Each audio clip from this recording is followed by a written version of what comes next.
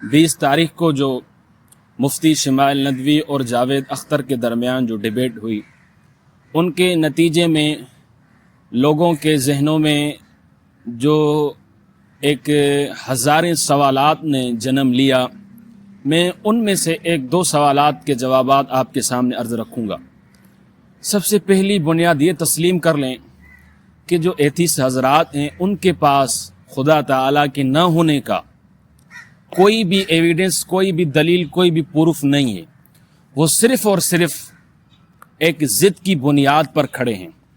उनके पास ये तो कहने का है कि खुदा ताला मौजूद नहीं है, लेकिन इस दावे पर कोई दलील इनके पास मौजूद नहीं है। ये कहते हैं कि जब तक हमें साइंस न कहते कि खुदा ताला मौजूद है तब तक हम नहीं मानेंगे।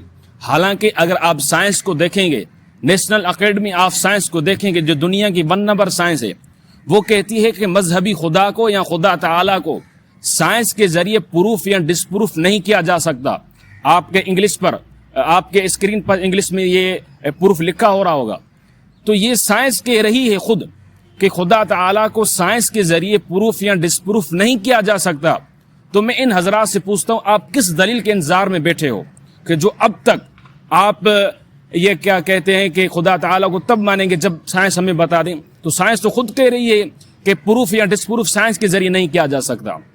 और दूसरी बात जो हमारा दलील है, इस दुनिया को क्रिएट किया गया है, उस क्रिएटर का नाम खुदा ताला है। तो दुनिया में इविल और गुड दोनों मौजूद हैं।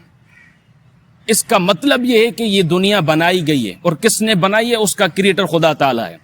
अगर इस दुनिया में सिर्फ इविल होता या सिर्फ गुड होता तो भी आपकी दलील बनती, लेकिन नहीं, इस दुनिया में दोनों पाए जाते हैं, क्योंकि ये दुनिया दारुल इम्तिहान भी है।